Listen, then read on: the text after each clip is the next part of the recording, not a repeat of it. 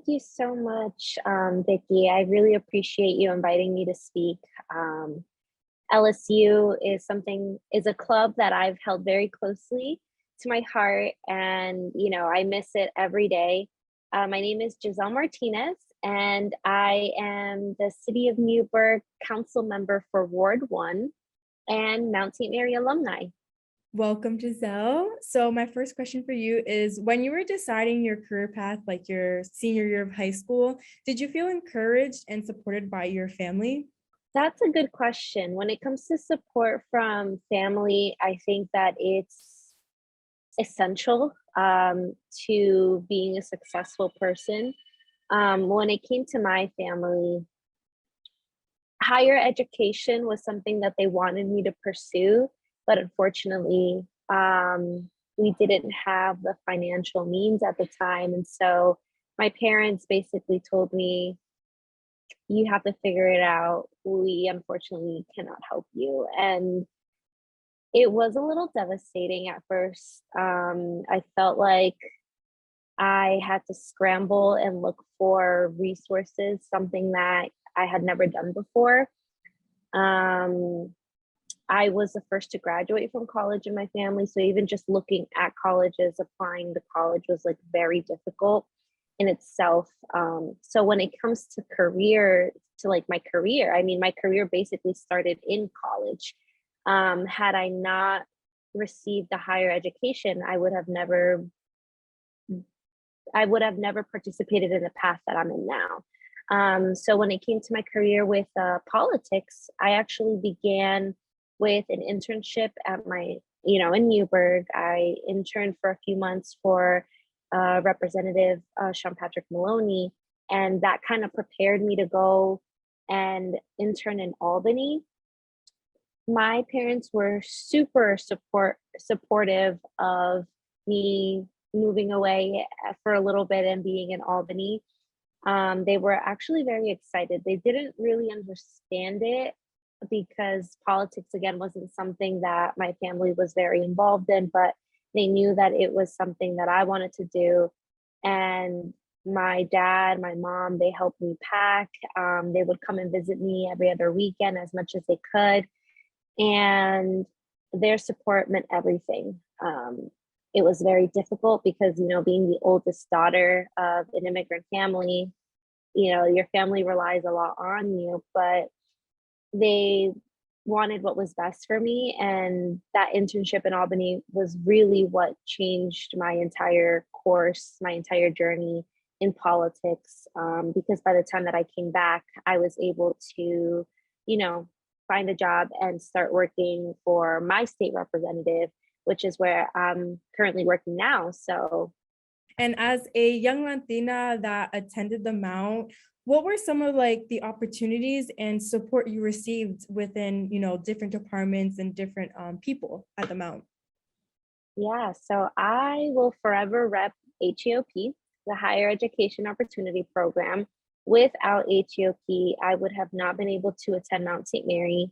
I would have not been able to meet all the wonderful professors that helped me get to where I'm at. I did have various directors in HEOP, but each of them, Vanessa, Harmony, Kelvin, and our academic counselors, they all helped me get to where I'm at. And the Career Center also played a big role. My counselor at the time was Heather, and she sat down with me every single week when I was applying to my internship in Albany. We went through the application. We went through my writing samples that I had to submit, my proposals and my rebuttal statements, everything. She read through everything, made sure that everything was submitted on time, and I could not be more grateful. My history professors and my political science professors who, wrote recommendation letters for me, they were really encouraging of students to participate in this, what I felt was a once in a lifetime experience. There, for the Senate internship that I had applied to, they take less than 30 students statewide. And for someone from Mount St. Mary to make it, because U Albany was like, they had a completely separate application because of how many students they get. So, to have someone from Mount St. Mary, and, I'm not the only student, but I think that was a really good accomplishment. Mhm. As a first generation student, what were some of the hurdles you faced pursuing your degree? So some of the more obvious ones were, financial barriers. Um, Being from the city of Newburgh, we're one of the most diverse cities, and we're lucky to have, Mount St. Mary on in our city. But even just getting into Mount St. Mary, being from Newburgh, was a hurdle in itself. I had always advocated for building a bridge between the Mount and our community, and even more now as a elected official, because so many students will drive by and will think, oh, well, Mount St. Mary, that's a school that I'm interested in attending. But financially, the resources were very limited, Mhm. Had I not been, again, an HEOP student, who knows what chances of attending Mount St. Mary might have been. And so, aside from that, I think some of the other hurdles I faced one was needing to find that emotional and mental support from my community, from the college, from my family. Again, this was something that no one in my family had ever done before. No one in my family had ever gone away for college. No one in my family had ever, um, focused and stayed as a part-time, I mean, as a full-time student. A lot of my family members didn't even complete like a high school degree. And, this was unknown waters for us. So these hurdles were very difficult. Even though I was around the corner from my family, it did become difficult because I was consistently doing work. I was working jobs on campus. I was always busy, and being away from my family, even though I was around the corner, was very difficult at first. So, I know a lot of other students face homesickness, and again, just the mental endurance, um, facing imposter syndrome. A lot of us had to deal with, unfortunately, discrimination, or, microaggressions and racism, where people would kind of look at you and tell you, you don't belong here, whether it be because of my gender, of my race, or because of my socioeconomic status. We got the side eyes. I got the side eyes, oh, you took the spot of a student who deserved to be here. And it's like, well, I do deserve to be here, and I am going to take up the space, and I am going to, make sure that other students, students of color don't feel like we have to hide in the shadows. And overcoming all of those barriers, I think, really help prepare for the type of career that I'm in. As you move up in higher education, how does this diversity look compared to the Mount? So when it comes to higher education, again, the numbers were very low at the undergraduate level. Now you can imagine how much lower they are at the grad level. I'm very fortunate that the school that I go to now is very diverse. It's in the city. I go to Baruch College, and for my master's in public administration, I have a very diverse class. I have very diverse classmates, which I'm very grateful for. But again, I had not experienced that in my undergrad. And in other locations, for my friends that are in grad school, they mention how that culture shock is still the same, very little to no students of color. And so, unless you're really in a diverse area like the city, I think that you see less students of color. And I think that for me, my friends, like that live in the city of Newburgh, it's very difficult to complete, a 2 year, a 4 year, let alone 6 or more years of school. Many of these students, we come from working class families. You have to work and go to school. You have, or, you could be a parent, you could be supporting a family, and all of this stuff gets in the way. And I mean, for me now, I can't afford to be a full-time grad student. I'm a part-time student. I have my part-time job with city council, and I have my full-time job, plus all the extra, committees and boards that I'm on. It's difficult. And I think that that plays a role in why the numbers and the diversity in higher education are low. So the following question is, what was the biggest challenge you had to overcome to be in the position that you are now? Oh, okay. Yeah, this one's a big one. Yeah. The biggest challenge I had to overcome. So when it comes to campaigning, when it comes to elections, I think my biggest hurdle was my age. Um, many of the voters that I had to speak with were very skeptical of me as a candidate at first because of how young I was. They didn't really take me seriously until I demonstrated that I am very serious about this and I have the background knowledge, I have the support, and we're going to keep it pushing. Um, I had to work twice as hard, I want to say, as other candidates because we almost had to prove ourselves to people. They would bombard us with questions at the door, which, they rightfully should. Mhm. But it was to the point where I felt like I was getting a pop quiz at each door to see how much knowledge I had, to see what my plans and ideas were. But I think that that helped me overall because I had a plan. I had an idea for almost every issue that I came across. Um, it was very unfortunate because I think after even proving that, I did get an overwhelming amount of support in both elections, both the primary and the general, there were still people who felt that I did not deserve to be there. They felt that I, for whatever reason, was just not experienced enough. And some of the comments that I got there were things that I'm never going to forget that someone said to me. And I had someone say, she doesn't even have a master's degree. How can she take care of our city if she's going to school? She's a kid.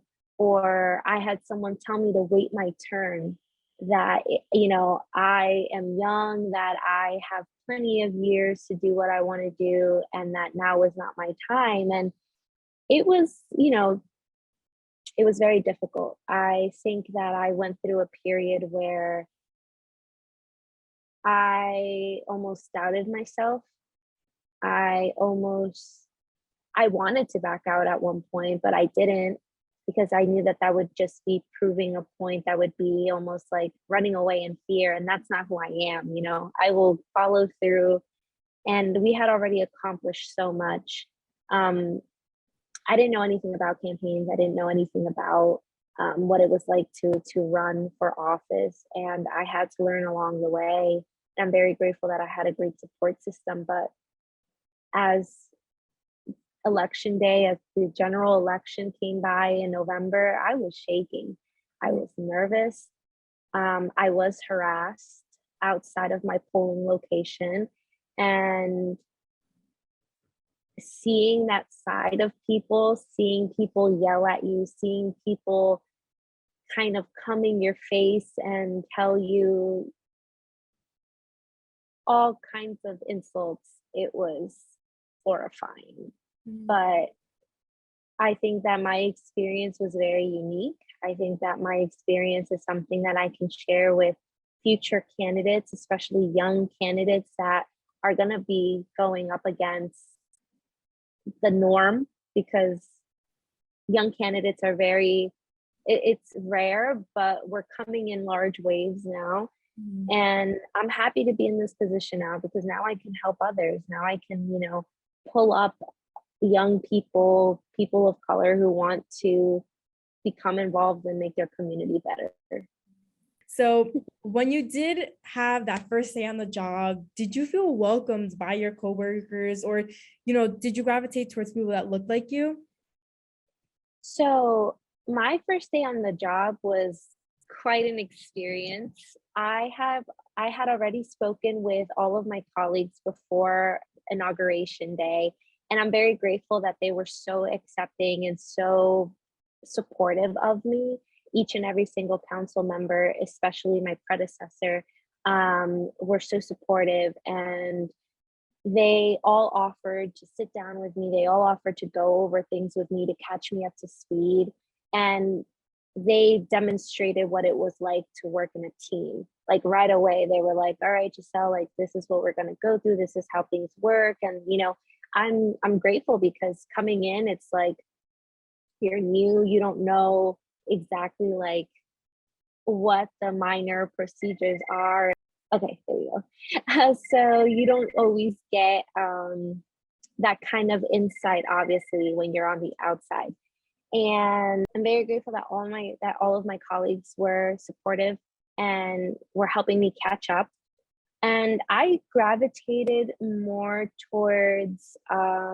my towards council member Anthony Grice specifically, just because we had both ran the same year. He was running for Orange County Clerk, and we canvassed together. Our teams often partnered up together and knocked on doors. And he grew up in my ward, in like Ward 1.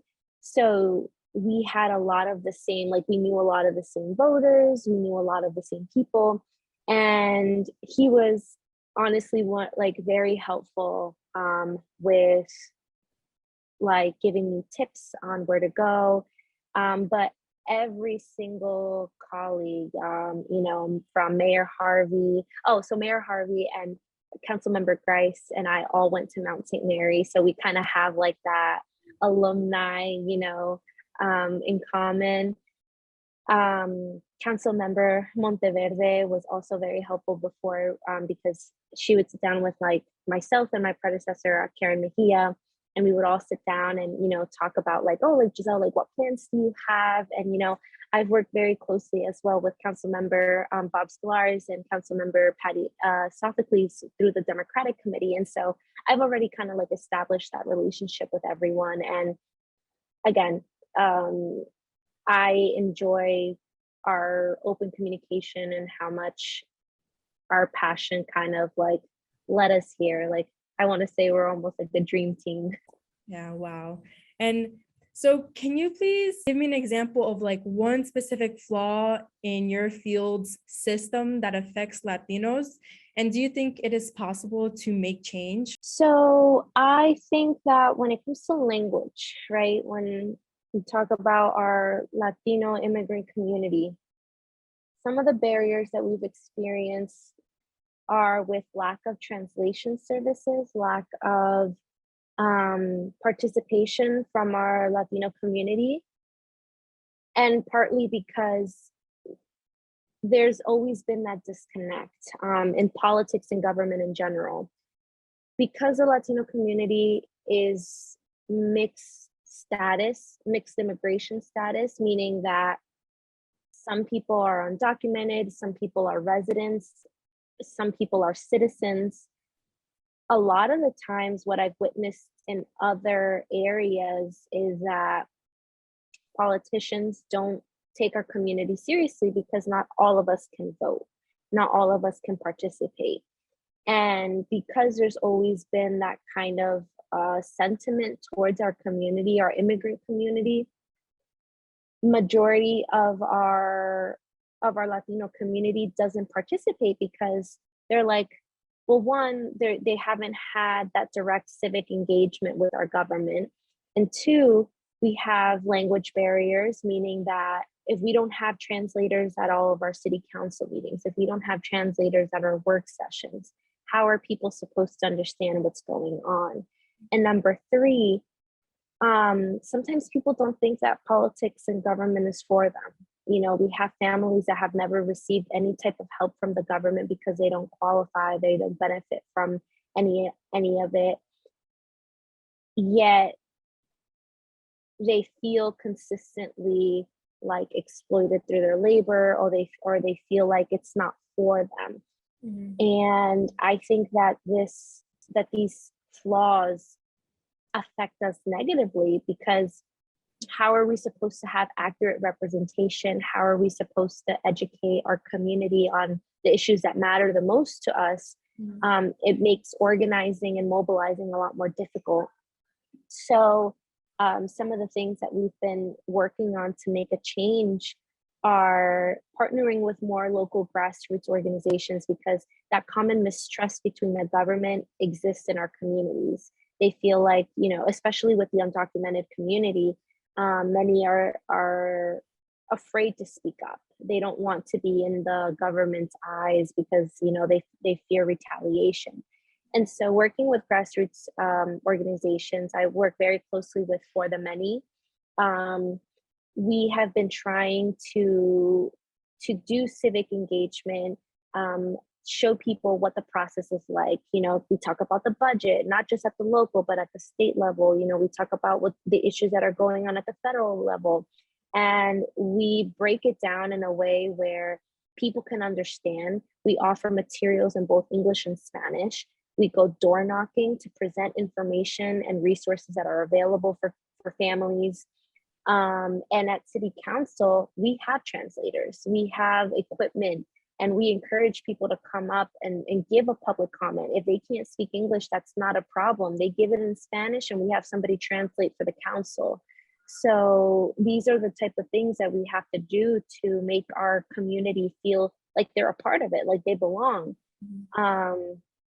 And, you know, I'm very vocal on immigrant issues. So I consistently see that everything is provided in different languages. What do you hope the future group of Latinos will bring into your field of government? And do you see like an uprising of more Latinos pursuing politics? Yeah, so I think we will definitely be seeing an uptick in Latino elected officials, not just in Newburgh, but throughout the entire state.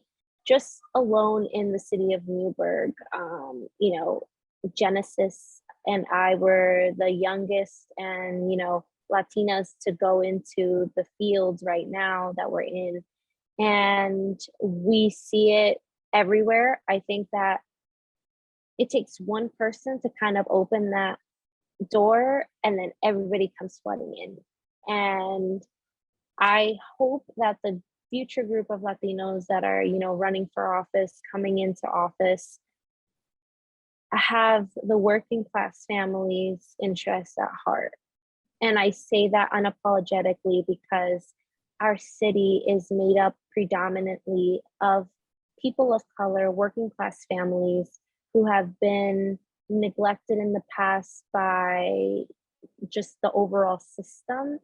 And I know that we're all working very hard to right wrongs. We're working very hard to make things easier on our community. And anyone who doesn't have that mission in mind, in my opinion, is going to take us backwards. So we have to fight at all levels of government, whether it be local, state, or federal. I think that the longer we stick together and work together to make it a livable and accessible area, we'll be able to accomplish more.